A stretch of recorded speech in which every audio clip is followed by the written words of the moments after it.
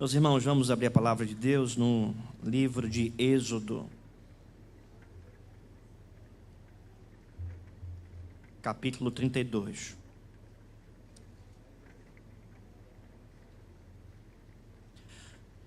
Vamos nos colocar de pé para a leitura da palavra do Senhor.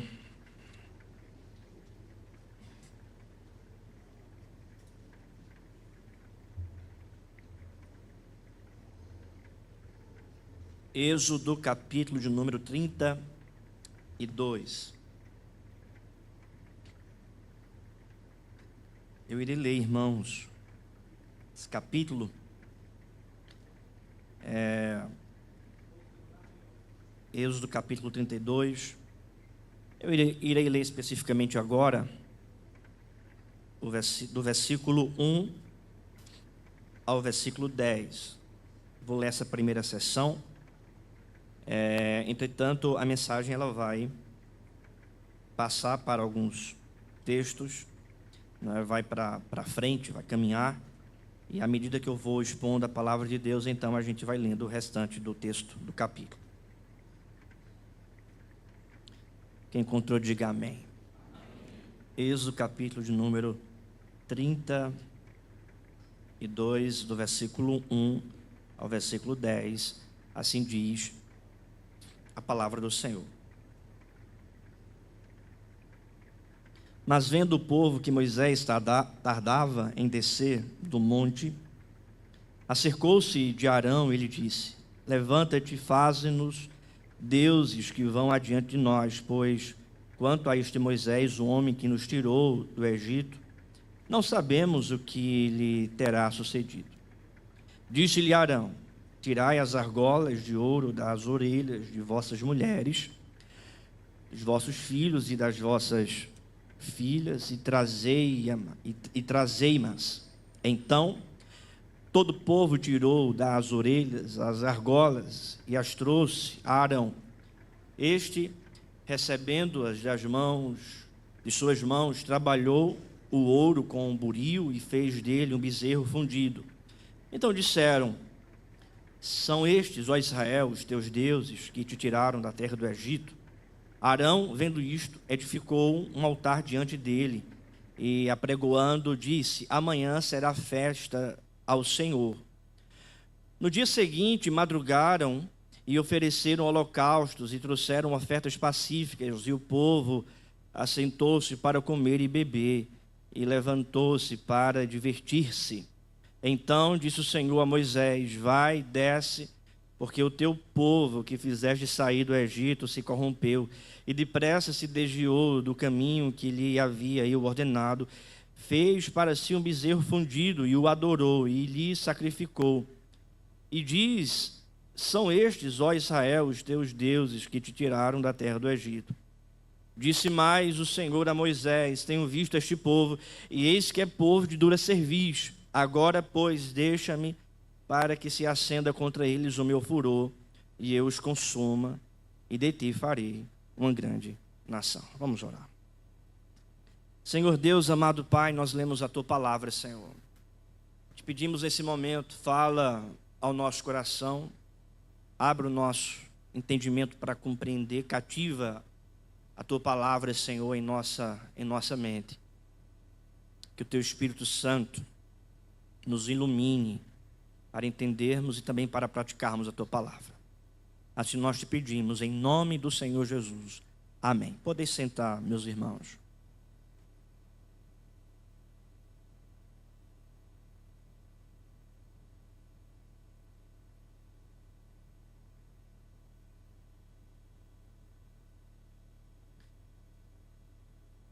Foi João Calvino quem disse que o coração do homem é uma fábrica de ídolos.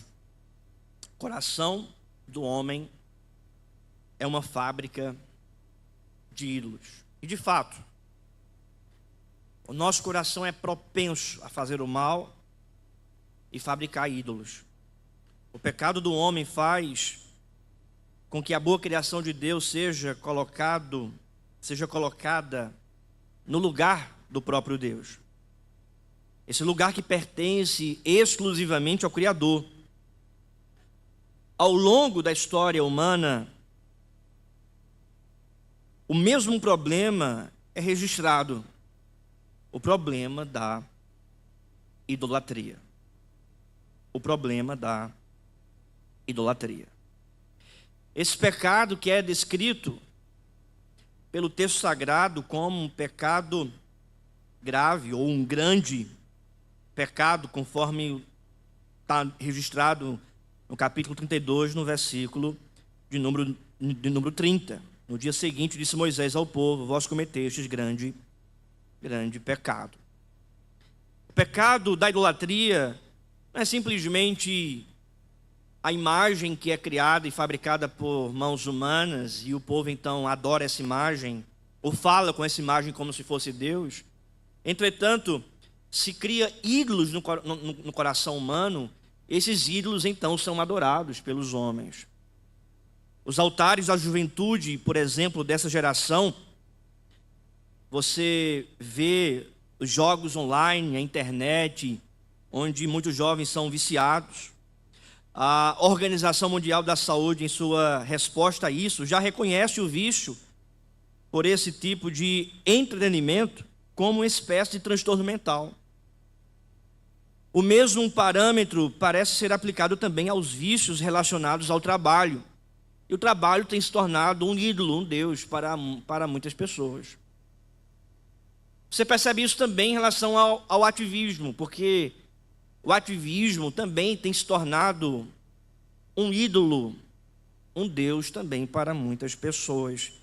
E muitas pessoas têm pecado nesse grave erro, nessa grave transgressão da idolatria.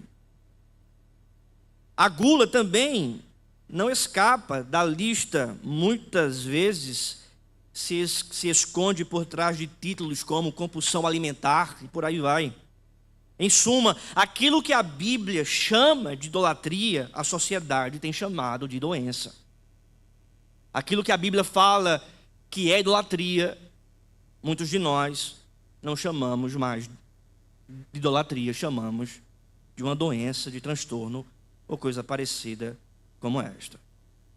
O texto que nós lemos, irmãos, fala sobre esse pecado da idolatria e como esse pecado afetou gravemente a relação do povo com Deus, porque o texto fala que a ira do Senhor, o furor do Senhor se acendeu contra esse povo por causa dessa idolatria.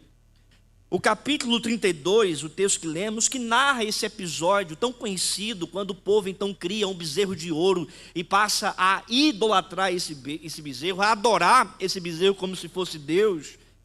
Esse pecado da idolatria é registrado aqui por Moisés, apresentando, portanto, essa ferida que aconteceu por causa desse pecado, nessa relação para com Deus, nessa comunhão do povo com Deus.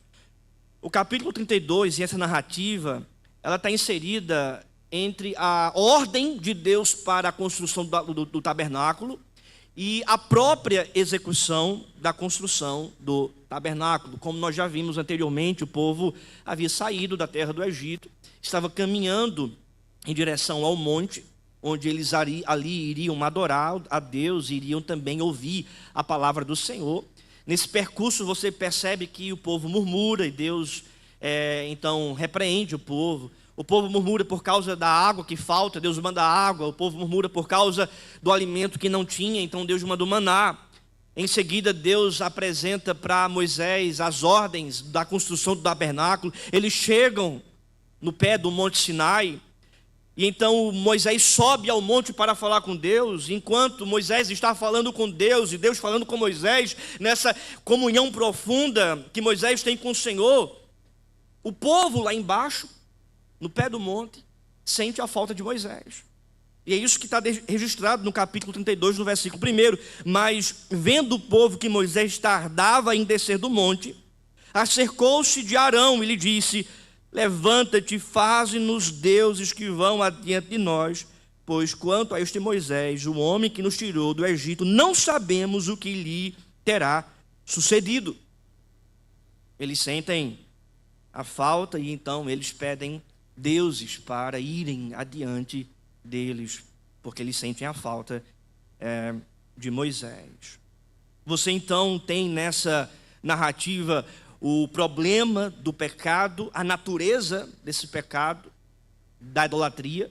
Você tem a resposta de Deus em relação a esse pecado, onde Deus apresenta a sua ira, como também apresenta a sua misericórdia, a sua graça. Sobretudo, você tem a necessidade aqui de um mediador. A realidade central, ou a verdade central dessa narrativa da idolatria é a necessidade que o povo tem de um mediador. Porque o pecado é grave, Deus então vai destruir o povo, e há então a necessidade de um mediador para resolver essa situação, e o povo então não ser destruído, e a ira de Deus ser apaziguada. Eu vou tratar então, irmãos, sobre isso, a necessidade que nós temos de um mediador, considerando o pecado da idolatria e a resposta de Deus. Primeiramente, o pecado da idolatria. A natureza desse pecado é descrita aqui no texto que nós lemos. Acompanhe comigo, veja o que diz o versículo 1. Vendo o povo que Moisés tardava em descer do monte, acercou-se de Arão. Ele diz, essa palavra acercou-se é como se tivesse um cerco, uma rebelião. Eles cercaram o sacerdote Arão. Ele disse, levanta-te e faze-nos deuses que vão adiante de nós. Pois quanto a este Moisés, o homem que nos tirou do Egito, não sabemos o que lhe terá sucedido. Eles sentem a falta de Moisés, eles sentem a falta também da presença de Deus, porque Moisés é essa espécie da revelação de Deus para o povo. Eles sentem a falta, e o que é que eles fazem? Vamos fazer alguma coisa para sentir novamente a presença de Deus. Vamos criar deuses que possam ir à nossa frente, porque nós não estamos sentindo a presença de Moisés, não estamos sentindo a presença de Deus por meio do seu profeta. E é exatamente isso, irmãos, que muitas igrejas fazem por aí. Elas sentem falta da presença de Deus, sentem falta da revelação do Senhor, sentem falta dessa experiência sensorial que a presença de Deus transmite. E o que é que elas fazem? Elas transformam o culto, transformam a igreja, elas criam coisas para sentir a presença de Deus. Elas não se contentam com aquilo que Deus ordenou. Elas criam, elas almejam, elas transformam, elas fazem coisas para o quê? Para sentirem a presença de Deus. Eles se apartam do caminho ordenado pelo Senhor para fazer o que eles sentiam vontade de fazer. Eles se apartam da presença de Deus e então eles criam novos deuses segundo as suas imaginações. O problema é que nós queremos fazer alguma coisa para que Deus seja sentido em nosso meio. E é por isso que as igrejas passam por transformações profundas, porque quanto menos sentimos, mais transformamos, mais mudamos, mais criamos. E é uma espécie de idolatria, de criação de novos deuses, de fazer aquilo que Deus não ordena, com o objetivo de sentir mais a presença de Deus. Quanto menos sentimos a presença de Deus, mais transformamos o culto com o objetivo de sentir a presença de Deus, e isso já é o início de uma idolatria. Nós sentimos a presença de Deus, irmãos, não aquilo que nós fabricamos e criamos segundo as nossas imaginações, mas nós sentimos a presença de Deus no culto com aquilo que Deus ordenou em sua palavra, e é por esta razão que nós precisamos nos contentar com a sua palavra. Perceba, por exemplo, o que diz aí o versículo número 2 em diante. Disse-lhes Arão, tirai as argolas de ouro das orelhas e de vossas mulheres, dos vossos filhos e das vossas filhas e trazei-as. Versículo 3, então todo o povo tirou das orelhas as argolas e as trouxe a Arão. Versículo 4, vamos ler todos juntos a igreja. Este, recebendo-as das suas mãos, trabalhou com o ouro, com o boril e fez dele um bezerro fundido. Então disseram: são estes, ó Israel, os teus deuses que te tiraram da terra do Egito. Eles fabricam um bezerro de ouro. Arão era sacerdote e não os repreendeu. Moisés, irmãos, reconta essa mesma história em Deuteronômio capítulo 9, do versículo 6 ao 21. E se você puder abrir aí rapidamente, adiante aí umas páginas, o 5º livro das Escrituras, sem desmarcar Êxodo 32, em Deuteronômio capítulo 9, você vai perceber que Moisés reconta esse episódio. E você vai perceber a ira de Deus, não somente contra o povo, mas também contra o sacerdote, contra o líder, contra aquele pastor, aquele sacerdote chamado Arão. Deus queria matá-lo. Veja o que diz Deuteronômio capítulo 9, versículo 20. O Senhor se irou muito contra Arão para o destruir, mas também orei por Arão ao mesmo tempo. Porém tomei o vosso pecado, o bezerro que tinhas feito, e o queimei, eu esmaguei, moendo-o bem, até que se desfez em pó, e o seu pó lancei no ribeiro que descia do monte. O texto diz: o Senhor irou muito contra Arão para o destruir. Para o destruir. Deus quis matar Arão, mas não matou, porque Moisés intercedeu por ele. O sacerdote não fez a vontade de Deus, mas o sacerdote fez a vontade do povo. Volte lá para Êxodo capítulo 32, veja. O povo chega e diz para Arão no versículo 1: levanta-te e faze-nos deuses. No versículo de número 4, então diz a parte final: são estes, ó Israel, os teus deuses que te tiraram da terra do Egito.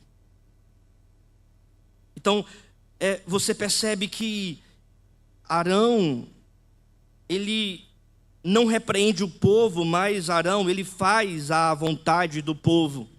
Arão, ele se submete à vontade desse povo. E uma marca desse pecado, da natureza da idolatria, é justamente fazer a vontade do coração do povo.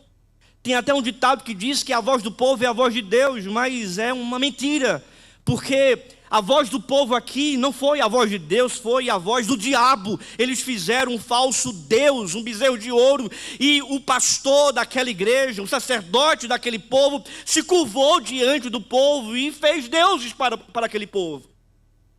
Tanto é que Arão vai ser confrontado por Moisés mais à frente. Veja o que diz no capítulo 32, no versículo 21. Depois perguntou Moisés a Arão: que te fez este povo, que trouxeste sobre ele também um pecado? Versículo 22, respondeu-lhe Arão: não se acenda a ira do meu senhor, tu sabes que o povo é propenso para o mal.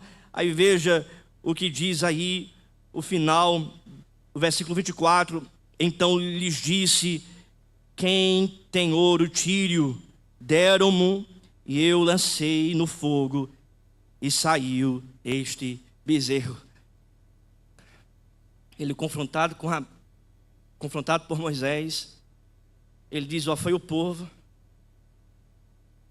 eu joguei o ouro e um passe de mágica, saiu o bezerro. E não foi isso que aconteceu. Diz o texto que ele fez, ele fabricou. Ele trabalhou o ouro com buril e fez dele um bezerro fundido.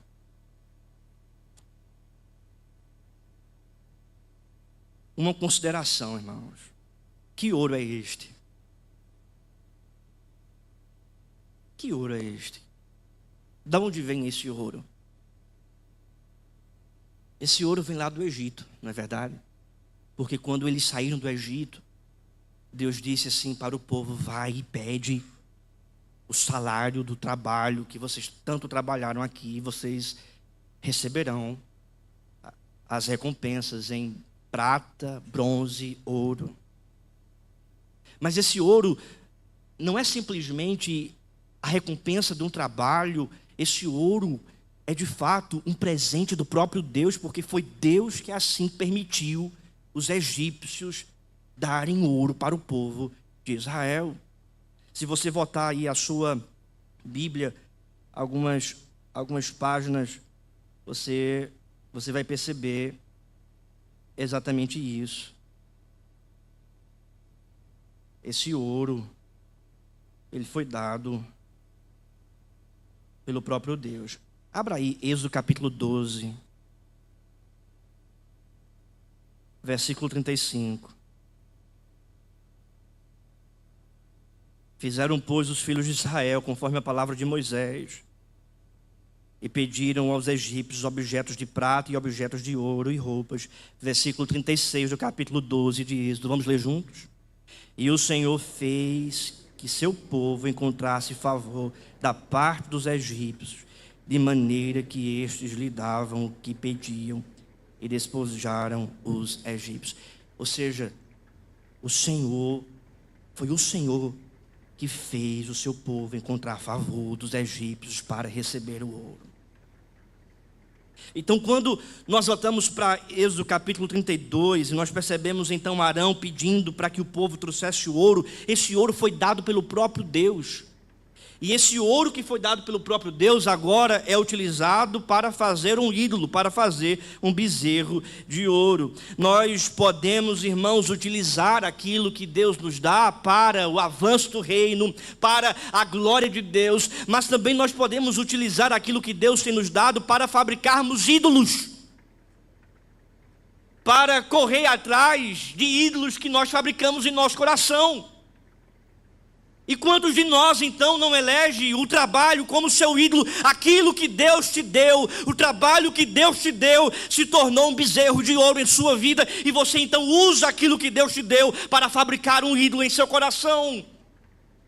A família que Deus te deu, e aí você então utiliza essa família e coloca essa família em um lugar de honra no seu coração, acima de Deus, e então você utiliza essa bênção que Deus te deu e transforma em um bezerro de ouro, em um ídolo para ser adorado.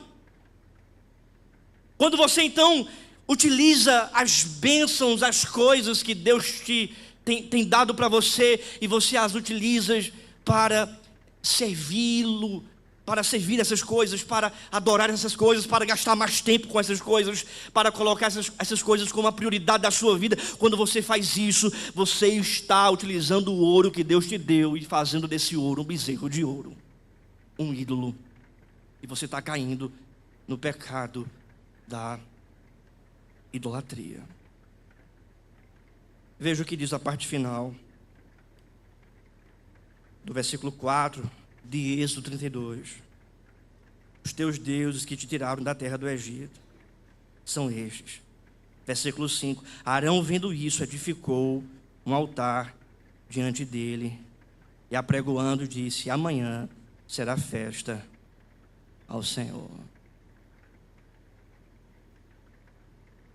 Talvez você diga assim, talvez seja uma objeção que você escute, ou até você pense no seu coração: podemos adorar a Deus do nosso jeito, pois adoramos o Deus verdadeiro. Aqui eles estavam adorando os deuses, porque o final do versículo 4 diz: são estes, ó Israel, os teus deuses.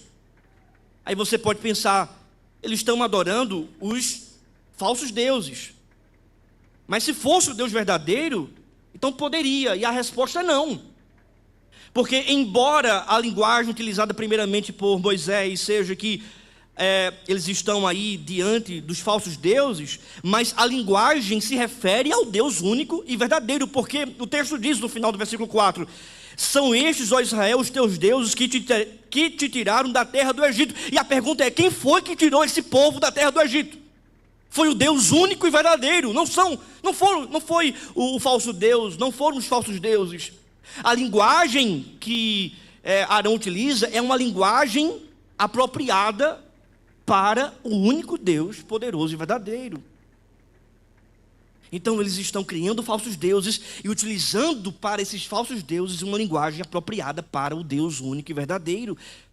Isso fica muito claro porque no versículo 5 ele afirma na parte final: amanhã será festa ao Senhor. E a palavra aí Senhor está em caixa alta, que é o tetagrama, que é o nome de Deus, que é o nome próprio do Senhor revelado na vocação de Moisés em Êxodo capítulo 3, dizendo: diga ao povo de Israel que o Eu Sou te enviou para libertar esse povo. Porque Moisés pergunta: qual é o teu nome? O que é que eu vou dizer ao povo hebreu lá no Egito? Diga que o Eu Sou te enviou. E ele utiliza esse mesmo nome, o nome de Deus, para dizer: amanhã é festa ao Eu Sou, ao próprio Deus, adorando eles um bezerro de ouro. Irmãos, isso deve abrir a nossa mentalidade, porque quando nós atribuímos a alguma coisa ou alguma pessoa uma linguagem que é apropriada ao único Deus, ou atributos que são relacionados ao único Deus, nós estamos caindo no pecado da idolatria.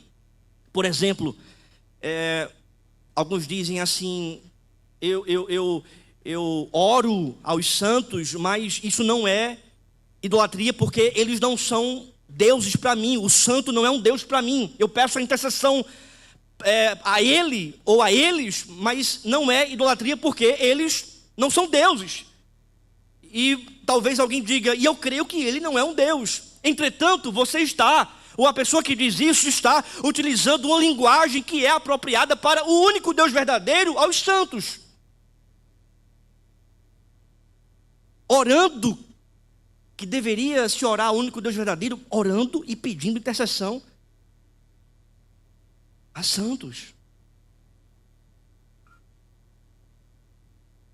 E aí atribui a ele certos atributos: onipotência, porque tem poder para resolver o problema diante da oração; onisciência, porque vai escutar a oração, vai compreender a oração; onipresença, porque ele vai escutar a oração das pessoas em vários lugares do mundo. Ele está em todo lugar. Ou seja, são atributos exclusivos ao único Deus verdadeiro, onde se está atribuindo a alguma pessoa. Isso é idolatria. É idolatria. Veja, 3 aplicações relacionadas à natureza desse pecado. Primeira: o fruto do culto idólatra não é a santidade, mas a diversão, o entretenimento e a iniquidade. Porque veja como segue a narrativa no versículo número 6. Êxodo 32, versículo 6. No dia seguinte, madrugaram e ofereceram holocaustos e trouxeram ofertas pacíficas. E o povo assentou-se para comer e beber, e levantou-se para divertir-se. Ou seja, eles vão participar dessa festa, desse culto, dessa idolatria. E o fruto desse culto idólatra não é a santidade, mas é a diversão, é o entretenimento, é a iniquidade. Eles estão se divertindo. Eles se levantam e se divertem. Se levantam e se divertem.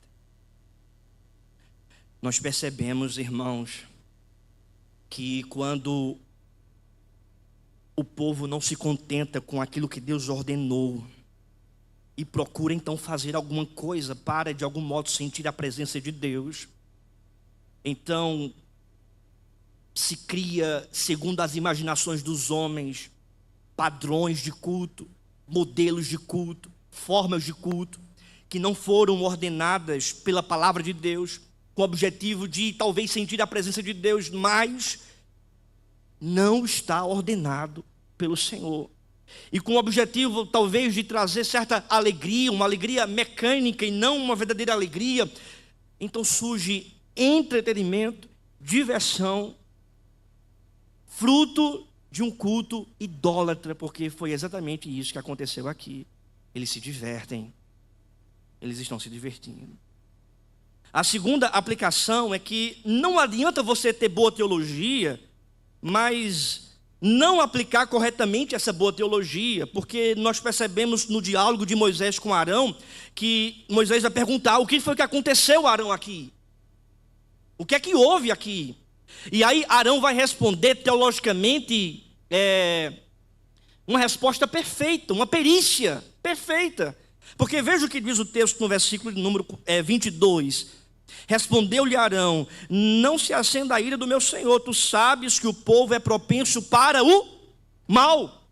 Tu sabes que esse povo é propenso para o mal. Tu sabes que o coração do homem é pecaminoso. Tu sabes que o coração do homem é inclinado para fazer aquilo que desagrada a Deus e se afasta do mal. Ou seja, ele dá uma resposta correta, teologicamente uma resposta correta. Entretanto, ele não aplica essa teologia correta.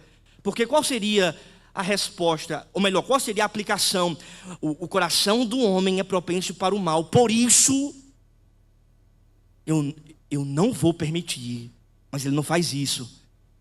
O coração do homem é propenso para o mal. O que é que Arão faz? Tragam o ouro. Veja,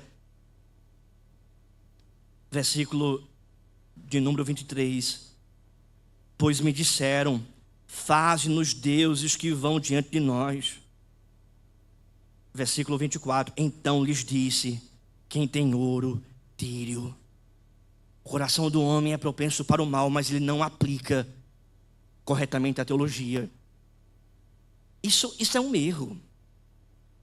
Porque talvez a gente possa ter uma boa teologia, às vezes a gente possa ter uma compreensão correta acerca da natureza do nosso coração, acerca de como deve ser o culto, acerca de como deve ser a nossa vida para com Deus, mas aí quando vai chegar na hora para aplicar essa teologia na vida, no culto, na igreja, a gente não faz, a gente permite, a gente passa a mão, a gente faz a vontade do outro, a gente faz a vontade do povo. E aqui, meus irmãos, nós precisamos atentar para não cairmos no pecado da idolatria e não satisfazer o coração do pecador, não satisfazer o nosso coração, não satisfazer o coração do outro, entender que o coração do homem é propenso para o mal, por essa razão dizer: não, nós não vamos criar, nós não vamos fabricar, nós não vamos fazer novidades no culto, nós não vamos fabricar e transformar a igreja, nós vamos nos contentar com a palavra de Deus. Isso aconteceu no meio do povo, no meio do arraial. Moisés perguntou para Arão, Arão responde, mas não aplica a resposta correta. E uma terceira e última aplicação dessa idolatria, desse pecado, é que você se torna aquilo que você adora. Você se torna aquilo que você adora. Porque veja o que diz o texto, irmãos. No versículo de número 7. Então disse o Senhor a Moisés: vai, desce, porque o teu povo que fizeste sair do Egito se corrompeu. E depressa se desviou do caminho que lhe havia eu ordenado. Fez para si um bezerro fundido e o adorou, e lhe sacrificou. E diz: são estes, ó Israel, os teus deuses que te tiraram da terra do Egito. Disse mais o Senhor a Moisés, versículo 9: tenho visto este povo, e eis que é um povo de dura cerviz. Veja, ele olha para o povo e diz para Moisés: o teu povo se desviou. o teu povo saiu do caminho. O teu povo fabricou um bezerro de ouro e está adorando a esse bezerro de ouro. E está dizendo que foram esses deuses que tiraram eles da terra do Egito. E eu digo mais, Moisés, esse povo é um povo de dura cerviz. Essa é a primeira menção dessa expressão, dura cerviz, na Bíblia, se referindo à idolatria. O que é dura cerviz? Isso se trata acerca de uma linguagem do arraial, de um boi ou de um gado. É o lombo, né, o pescoço do boi ou do bezerro, daquele animal que é duro, que é obstinado, que não tem freios, que é descontrolado. E aí então o próprio Senhor está dizendo: olhe, eles estão se parecendo como um bezerro, como um próprio boi, selvagem, obstinado, dura cerviz. Ou seja, eles estão se tornando aquilo que eles estão adorando, tendo um pescoço parecido como o de um animal que é duro. Não somente isso, você vai perceber que estes que estão adorando o bezerro de ouro, eles são transformados na imagem daquilo que eles estão adorando. E a narrativa sugere exatamente essa transformação com a linguagem utilizada por Moisés. Porque você percebe, por exemplo, no versículo 9, dura cerviz, relacionado a um boi. Você percebe no versículo de número 25 que eles foram soltos. Ou melhor, isso, no versículo 25, que eles foram soltos, vendo Moisés que o povo estava desenfreado, pois Arão o deixara solto.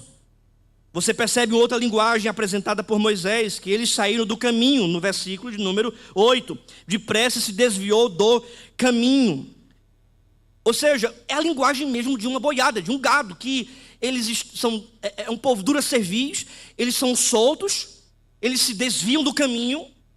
Eles então precisam ser reunidos no versículo 26, pôs-se em pé à entrada do arraial e disse: quem é do Senhor, vem até mim. Ou seja, precisa ser reunido novamente esses bois e novamente reunidos na entrada, pôs-se em pé à entrada do arraial, no versículo número 26.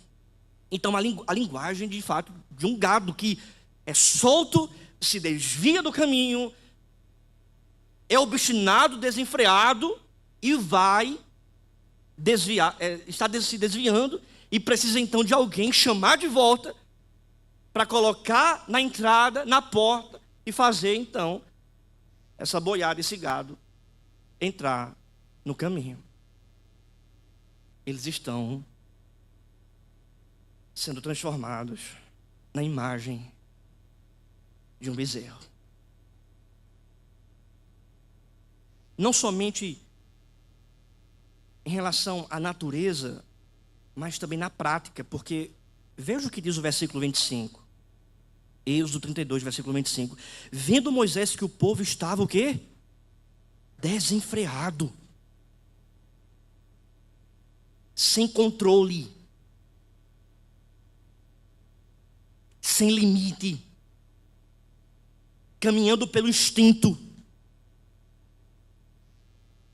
A linguagem no versículo de número 6, no hebraico, né, divertir-se, porque o povo comia, bebia e o povo se levantou para se divertir. Essa linguagem, se divertir, é a mesma linguagem utilizada no hebraico para orgias, para atividade sexual.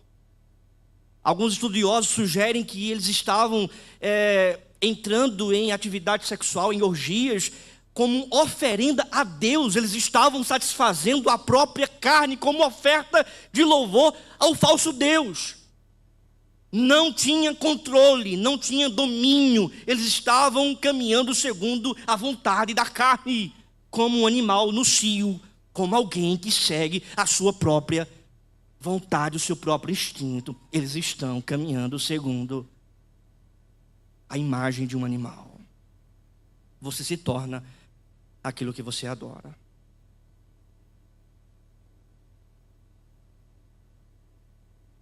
Quanta imoralidade no meio do povo de Deus. desenfreados, impuros. Quanta imoralidade no meio da igreja.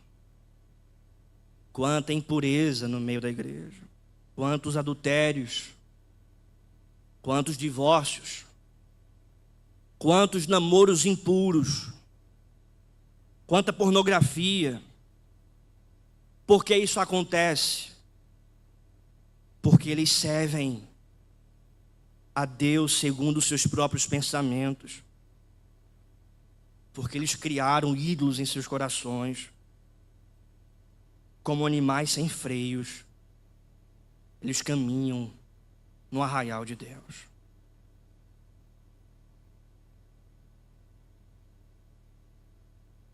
Qual a consequência disso, irmãos? Versículo 10. Agora, pois, deixa-me, para que se acenda contra eles o meu furor, e eu os consuma, e de ti farei uma grande nação. Sabe qual é a resposta de Deus para isso? Eu vou matá-los. Eu vou destruí-los. Agora, pois, deixa-me, para que se acenda contra eles o meu furor, ou seja, a minha ira, e eu os consuma. E eu os consuma. A consequência disso, irmãos, é a ira de Deus. O povo será consumido pelo fogo da ira de Deus. Eu aplico essa verdade para você. Se você criou um ídolo em seu coração, se você é parecido com esse ídolo, se você é como um animal, ou a imagem desse ídolo que busca satisfazer a sua própria vontade, meu querido irmão, minha querida irmã, se arrependa hoje do seu pecado. Se arrependa hoje da sua idolatria. Abandone toda impureza. Abandone toda imoralidade. Abandone os seus ídolos. Destrone do seu coração os falsos deuses. Peça perdão a Deus e clame por graça e misericórdia. Porque se isso não acontecer, um dia a ira de Deus vai chegar sobre você e você será destruído. Porque a idolatria gera morte. Em Apocalipse capítulo 21 diz que os idólatras não herdarão o reino de Deus, mas serão lançados no lago de fogo, a saber, a segunda morte. E idolatria não é simplesmente se curvar diante de uma imagem, mas idolatria, como eu já falei, é você satisfazer a sua própria carne, é você fabricar no seu coração um ídolo e colocá-lo no lugar de Deus, e dar então a prioridade para essa coisa ou essa pessoa viver em prol disso, se satisfazer e ter prazer nisso, e isso ser maior que o seu prazer para com Deus, para com a palavra de Deus. Como igreja também que estamos sendo plantadas aqui na IPBU, nós precisamos, irmãos, caminhar sempre nessa direção de termos um culto verdadeiro, uma adoração verdadeira, de termos contentamento naquilo que foi revelado por Deus, de não acharmos que nós podemos sentir a presença de Deus por aquilo que nós podemos criar, segundo as nossas imaginações. Nós não podemos fazer isso, nem cair nesse grave pecado da idolatria. Pelo contrário, o nosso culto precisa ser um culto santo, puro, simples, de acordo com aquilo que foi ordenado pela palavra do Senhor. A consequência da idolatria é a ira. E talvez você se pergunte: pastor, o que será da minha vida? Porque eu pequei, eu errei. Talvez eu não seja como Moisés, talvez eu seja mais parecido com o povo no arraial, talvez eu seja mais parecido com Arão, porque eu sou falho, eu sou impuro, meu coração é propenso para o mal. Diante da minha ignorância, eu caminhava segundo a idolatria, até mesmo conhecendo, o meu coração ainda é inclinado para a idolatria, e eu me vejo em alguns momentos como um animal. O que será da minha vida, pastor? O que será da minha vida, Senhor?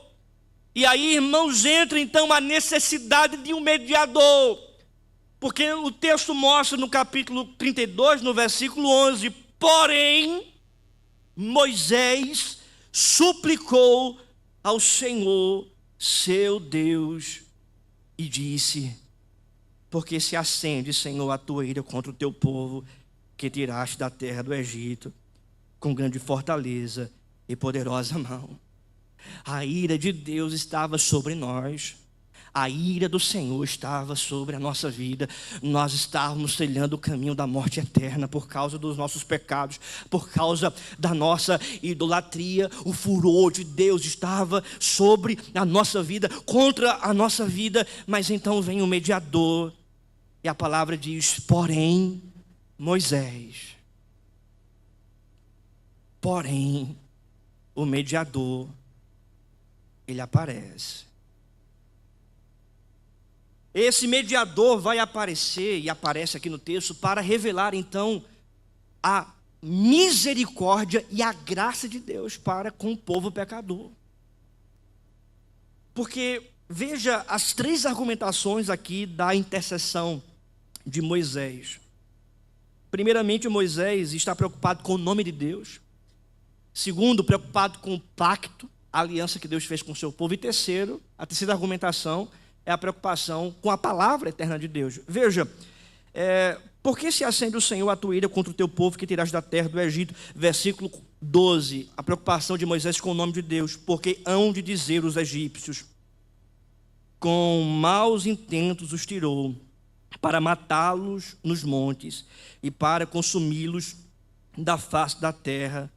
Torna-te do furor da tua ira e arrepende-te deste mal contra o teu povo. Ou seja, Moisés está argumentando, intercedendo em relação ao povo, em prol do povo, apresentando o nome de Deus, porque vão dizer: tu tiraste, Senhor, o teu povo para matar nos montes. É o teu nome, Senhor.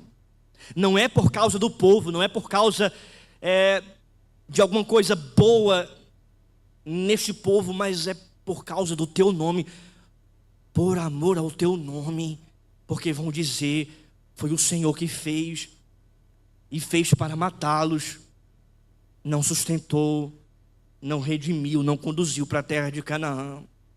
A segunda argumentação é com base no pacto, porque veja o que diz o versículo 13: lembra-te de Abraão, de Isaque e Israel, teus servos, aos quais tu mesmo tens jurado, que lhes disseste: multiplicarei a vossa descendência. Então, veja, Moisés suplica pelo povo, intercede pelo povo com base na aliança. Porque Deus diz para Moisés: eu vou destruir esse povo, e de ti, Moisés, eu vou multiplicar a tua descendência e farei uma grande nação. Mas aí Moisés diz: não, Senhor, mas o Senhor prometeu a Abraão, a Isaque e a Jacó que a descendência dos patriarcas seria grande. O Senhor tem uma aliança, o Senhor tem um pacto com o teu povo. E a terceira argumentação então é em relação à palavra eterna de Deus, ainda no versículo 3. Multiplicarei a vossa descendência como as estrelas do céu, e toda essa terra de que tenho falado, dar-lhe-ei a vossa descendência, para que possuam por herança eternamente. Ou seja, porque o Senhor falou que daria a herança para esse povo. A tua palavra, o Senhor falou, a tua palavra é eterna, o Senhor é fiel à sua própria palavra. Não é com base, Senhor, ao povo, não é com base na argumentação do povo, não é com base na atitude do povo, em uma atitude boa ou ruim, porque esse povo realmente merece a ira, mas é com base em teu nome, é com base na tua aliança, e é com base em tua palavra eterna. E é por essa razão que nós podemos nos achegar a Deus. Nós pecamos, nós falhamos, nós cometemos muitas vezes o pecado da idolatria, mas nós podemos, irmãos, nos achegar a Deus, porque o nome de Deus deve ser honrado. Segundo, nós podemos nos achegar a Deus porque Ele tem uma aliança conosco, nós fazemos parte dessa aliança, e nós podemos nos achegar a Deus porque Ele tem uma palavra eterna, Ele é fiel para sustentar essa palavra, e se Ele prometeu que a gente seguiria adiante até a terra de Canaã, a gente vai seguir. Não é uma aproximação com base em nossa conduta, não é uma aproximação com base naquilo que nós podemos fazer, não é uma aproximação com base naquilo que nós falhamos. Pelo contrário, é uma aproximação ao Senhor com base em quem Deus é, com base na sua palavra e com base no pacto que ele tem, na aliança que ele tem com o seu povo. E assim nós nos aproximamos diante do Senhor. Ele está intercedendo. Ele está intercedendo. Nós falhamos, nós erramos, nós pecamos. Mas a nossa esperança está na aliança. Nós falhamos, nós erramos, nós pecamos, mas a nossa esperança está na palavra eterna de Deus. Nós falhamos, nós pecamos, nós erramos, mas a nossa esperança está no nome de Deus. Deus é o nosso Senhor e o nome dele precisa ser honrado. É por isso que nós clamamos dizendo: Deus, tem misericórdia de nós, não por causa de nós, mas por causa do teu nome, por causa da tua palavra, por causa da tua aliança. Tem misericórdia de nós, Senhor. Essa é a argumentação de Moisés, essa é a intercessão de Moisés, e graças a Deus pelo mediador para o povo, Moisés. Por quê? Porque Deus agiu com misericórdia no versículo de número 15. Então, ou melhor, versículo 14. Então se arrependeu o Senhor do mal que dissera havia de fazer ao povo. Então o Senhor se arrependeu daquilo que ele ia fazer. Eu não quero entrar na discussão acerca dessa palavra, do termo, o arrependimento, como se Deus tivesse voltado atrás e ele não saberia o que iria acontecer. Não é esse o sentido, mas é o sentido que Moisés quer expressar um sentimento que nas palavras não existem, para descrever o sentimento de Deus de não aplicar essa ira e de agir com misericórdia. Um ponto importante é que essa palavra sempre é resultado para o povo de Deus ou de destruição ou de salvação. Quando Deus se arrependeu em Gênesis 6 de fazer o homem, o que aconteceu? Ele mandou o dilúvio e destruiu os homens com o dilúvio. Quando Deus se arrependeu em relação à ira que ele iria mandar para os ninivitas, diante da pregação de Jonas, então os ninivitas foram salvos. O arrependimento é sintetizado em destruição ou em salvação. Aqui, em salvação. Ele não vai consumi-los com a ira do seu fogo, com o furor da sua ira. Ele não vai destruí-los, ele não vai matá-los. Ele vai agir com misericórdia, por causa da intercessão. Veja, o que é misericórdia? Misericórdia é não dar aquilo que o povo merece. O povo merece a ira, ele retém a ira, ele não vai fazer isso mais. Foi exatamente isso que Deus fez por nós. Foi exatamente isso que Cristo fez por nós. Porque nós merecíamos a ira de Deus, por causa da nossa idolatria, por causa do nosso pecado. Mas então chega um mediador para mediar, para interceder por nós, e Deus então não nos dá aquilo que nós merecemos. Ele retém a ira, ele nos salva. Ele nos salva. Em seguida, Moisés então vai tratar o pecado do povo. Veja, é misericórdia, mas agora ele vai tratar, para que o povo não viva no pecado. Porque não ache que a misericórdia vai permitir que você viva no pecado. Pelo contrário, você é alvo da misericórdia para que você possa viver em santidade. Então Moisés desce do monte para tratar o pecado do povo. Veja o que diz aí a partir do versículo 15. E voltando-se, desceu Moisés do monte com as 2 tábuas do testemunho nas mãos. Tábuas escritas de ambos os lados, de um e de outro lado estavam escritas. As tábuas eram obra de Deus. Também escritura era a mesma escritura de Deus, esculpida nas tábuas. Versículo 17. Ouvindo Josué a voz do povo que gritava, disse Moisés: alarido de guerra no arraial. Respondeu-lhe Moisés: não é alarido dos vencedores, nem alarido dos vencidos, mas alarido dos que cantam é o que ouço. Logo que se aproximou do arraial, viu ele o bezerro e as danças. Então acendeu-se-lhe a ira, arrojou das mãos as tábuas e quebrou-as ao pé do monte. Aqui é Moisés. Ou seja, ele desce do monte E então ele vê tudo que está acontecendo. Ele vê o alarido. Ele vê as canções, ele escuta as canções, ele vê as danças. Ele vê o entretenimento. Ele vê o show.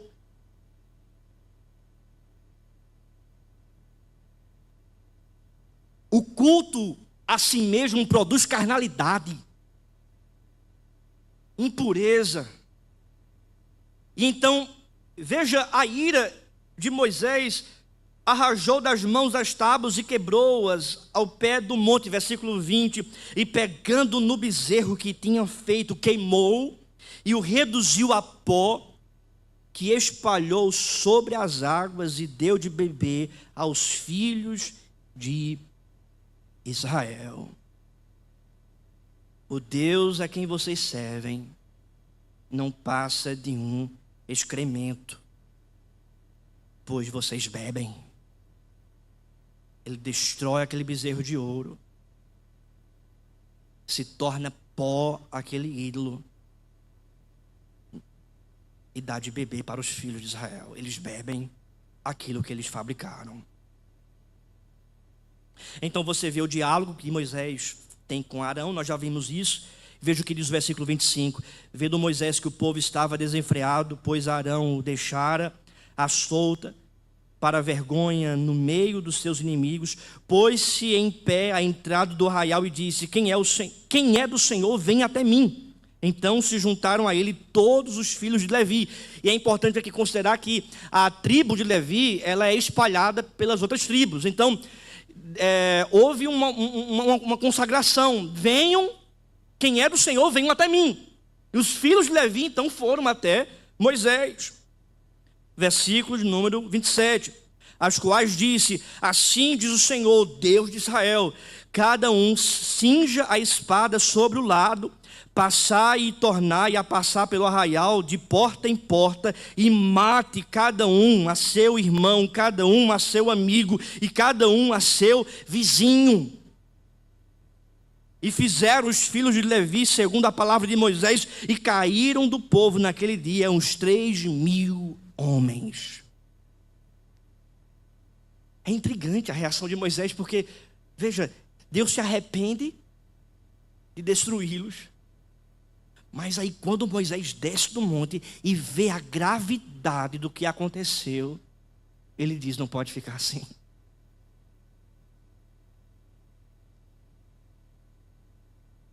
Não pode ser assim. Então ele chama todos que são do Senhor, os filhos de Levi vão, ele dá a ordem: matem seus irmãos, seus vizinhos, seus familiares, todos aqueles que estiveram nesse motim, nesse movimento, e que não se voltaram para o Senhor. Versículo 29. Pois Moisés dissera: consagrai-vos hoje ao Senhor, cada um contra o seu filho e contra o seu irmão, para que ele vos conceda hoje bênção.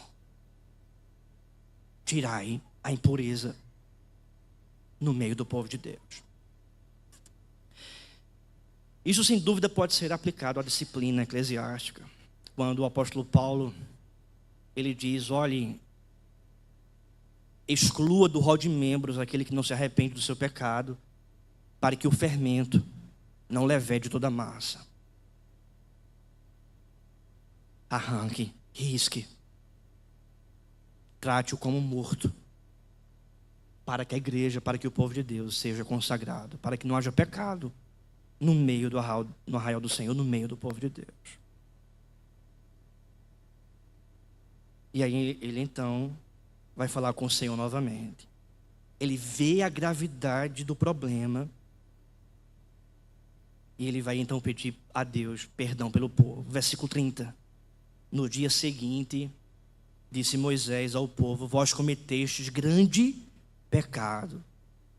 Agora, porém, subirei ao Senhor e porventura farei propiciação pelo vosso pecado. Ele percebe que o negócio é muito grave. Ele volta para o monte e diz: eu vou fazer propiciação pelo pecado do povo. Tornou Moisés ao Senhor e disse: ora, o povo cometeu grande pecado, fazendo para si deuses de ouro. Agora, pois, perdoa-lhe o pecado. Ele está fazendo essa função de mediador. Veja, uma hora ele pede intercessão. Deus não derrama a ira para o povo. Ele então volta para o povo, vê o pecado do povo, e novamente ele volta para o Senhor e diz: Senhor, eu vou fazer propiciação, eu vou derramar sangue, para que a tua misericórdia, o teu perdão seja estendido para o povo, porque o pecado do povo é grande. Eles fizeram deuses de ouro e estavam seguindo esses deuses. Ele clama pelo perdão novamente. Então o que acontece? Veja, versículo 33, então, versículo 32, agora, pois, perdoa-lhe o pecado, e se não, risca-me, peço-te, do livro que escrevestes. Veja, a oração deste mediador: Senhor Deus, eu te peço perdão, perdoa o teu povo, ou risca a minha vida do livro que o Senhor escreveu. Perdoa o teu povo. Se for necessário, Senhor, toma a minha vida para que esse povo seja perdoado. Risca o meu nome do livro da vida. Me mata, me destrói, para que o teu povo seja perdoado. A pergunta que nós podemos fazer é: Deus, ele respondeu à oração de Moisés? Deus, ele riscou o nome de Moisés do livro? Deus matou Moisés? A oração de Moisés, ela não foi ouvida positivamente, porque no versículo 33 diz: então disse o Senhor a Moisés: riscarei do meu livro todo aquele que pecar contra mim. Por quê? Porque Moisés não é riscado do livro para perdoar o pecado do povo. Porque Deus vai dizer, porque Deus afirma: aquele que pecar eu vou riscar, aquele que pecar eu vou matar, em outras palavras. Porque Moisés não é riscado em prol do povo, não é morto em prol do povo? Porque Moisés não é o perfeito mediador. Porque Moisés é um homem pecador. Moisés aponta para um perfeito mediador. Moisés não foi riscado, e Deus diz: eu vou riscar todo aquele que pecar. Mas houve um mediador perfeito, chamado Jesus Cristo, que de fato recebeu a ira de Deus em nosso lugar. Foi riscado, foi morto, foi moído pelas nossas transgressões, para que Deus não tratasse cada um de nós segundo o nosso pecado, nos riscando do livro, para que Deus nos tratasse com misericórdia e nos tratasse com graça, porque alguém morreu pelo nosso pecado. Versículo 34. Vai, pois, agora e conduze o povo para onde te disse. E eis que o meu anjo irá diante de ti. Porém, no dia da minha visitação, vingarei neles o seu pecado. Feriu, pois, o Senhor ao povo, porque fizeram o bezerro que Arão fabricara. O pecado foi tão grave que Deus não queria ir mais com o povo. Deus disse no versículo 34: vai, porque o anjo vai agora conduzir vocês. Capítulo 33, versículo 2: enviarei o anjo adiante de ti. Essa notícia não é boa, porque no capítulo 4 do capítulo 33 diz: ouvindo o povo estas má notícias, pôs-se a prantear, e nenhum deles vestiu os seus atavios. Ou seja, a notícia de que o anjo iria e não mais o Senhor iria não foi boa para o povo. O pecado trouxe ferida profunda nessa comunhão, embora a misericórdia do Senhor fosse ali apresentada, estendida para o povo por causa da mediação de Moisés, e agora a ira de Deus não iria mais destruir o povo, ainda assim, Deus não iria mais com eles. Deus enviou um anjo, olha, o anjo vai guiar vocês. Isso não chega com uma notícia boa, é uma notícia, eles pranteiam, eles choram, e aí então diz a palavra que Moisés clama pela presença de Deus no versículo de número 12 do capítulo 33, veja, disse Moisés ao Senhor, tu me dizes, fazes subir este povo, porém não me deste saber a quem hás de enviar comigo, contudo, dissestes, conheço-te pelo nome. Versículo 13, agora pois se achei graça aos teus olhos, rogo-te que me faças saber neste momento o teu caminho para que eu te conheça e ache graça aos teus olhos e considera que essa nação é o teu povo. Veja o que diz o versículo 15, então lhe disse Moisés, se a tua presença não vai comigo, não nos faça subir deste lugar. Sabe o que está acontecendo, irmãos? Moisés e o povo, eles estão entendendo que mais importante é a presença de Deus do que as coisas que Deus pode dar. Moisés está rogando, dizendo, não me faça, Senhor, subir, sair daqui, ir para a terra de Canaã, levar o povo para a terra que o Senhor prometeu, se o Senhor não estiver conosco. O que é Canaã sem a presença de Deus? O que é o céu sem a presença de Deus? O que é a vida sem a presença de Deus? O que é a nossa família sem a presença de Deus? O que é a igreja sem a presença de Deus? O que nós podemos desfrutar das coisas imundas sem a presença de Deus? Moisés está dizendo, não adianta ir adiante, não adianta caminhar sem a tua presença. Então se eu achei graça diante de ti, vem comigo, Senhor. Então o Senhor responde no versículo 14, respondeu-lhe, a minha presença irá contigo e eu te darei descanso. Eu te darei descanso, porque o verdadeiro descanso não é a terra de Canaã. O verdadeiro descanso não é a nova Jerusalém, a nova Canaã que um dia a gente vai herdar. O verdadeiro descanso é a presença de Deus que em nós habita hoje mesmo. Versículo 17 do capítulo 33.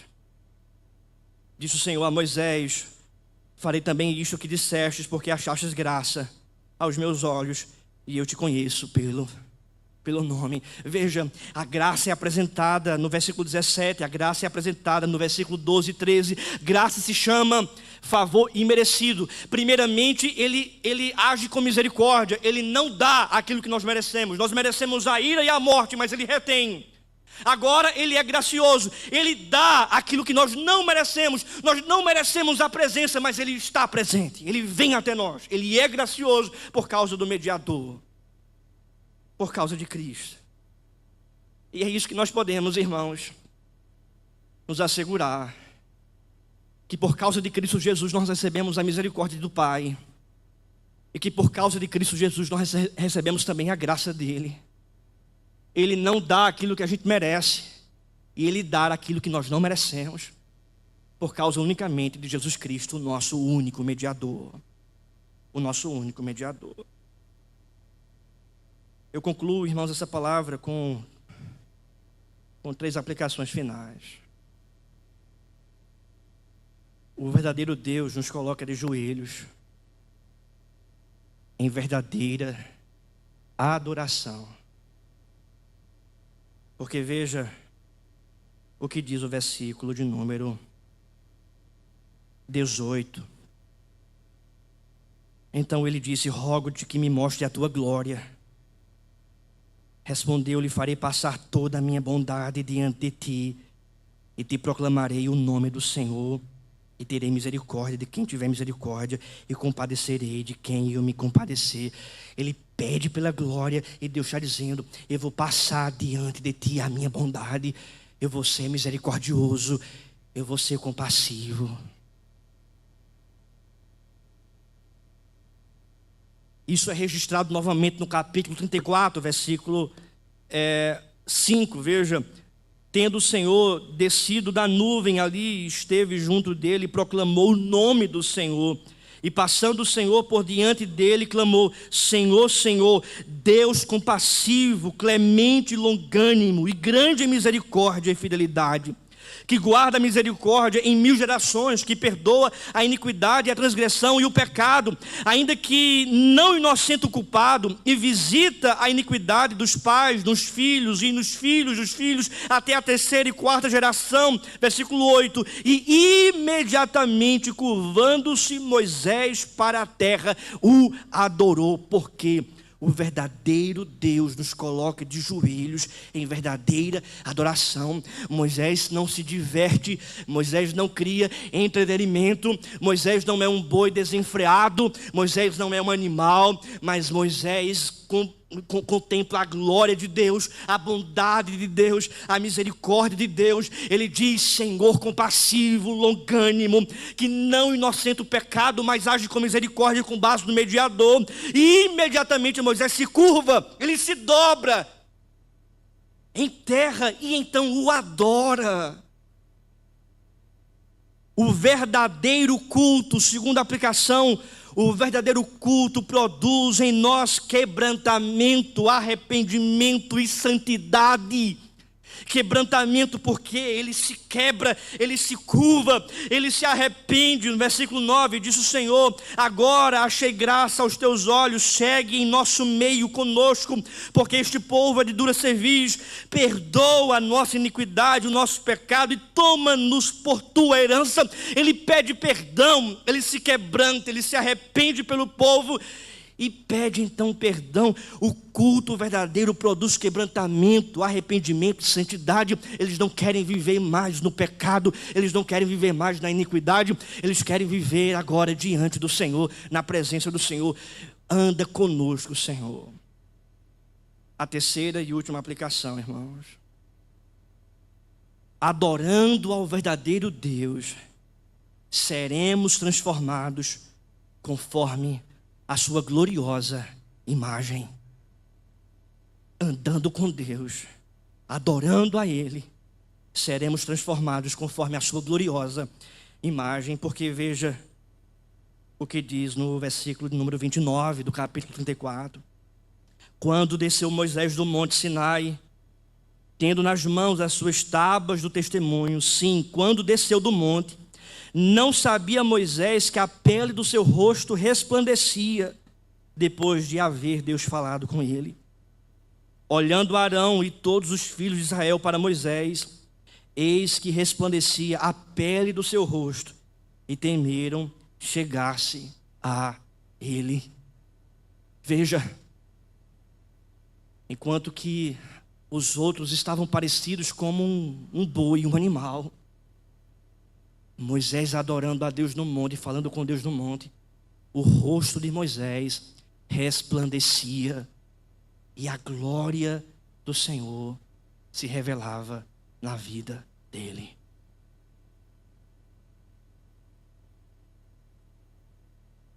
Versículo 31.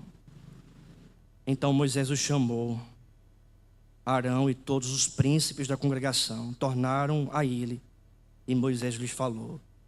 Depois vieram também todos os filhos de Israel, os quais ordenou ele tudo que o Senhor lhe falara no monte Sinai. Eles estão contentes naquilo que Deus ordena, e não nas imaginações, nas criações.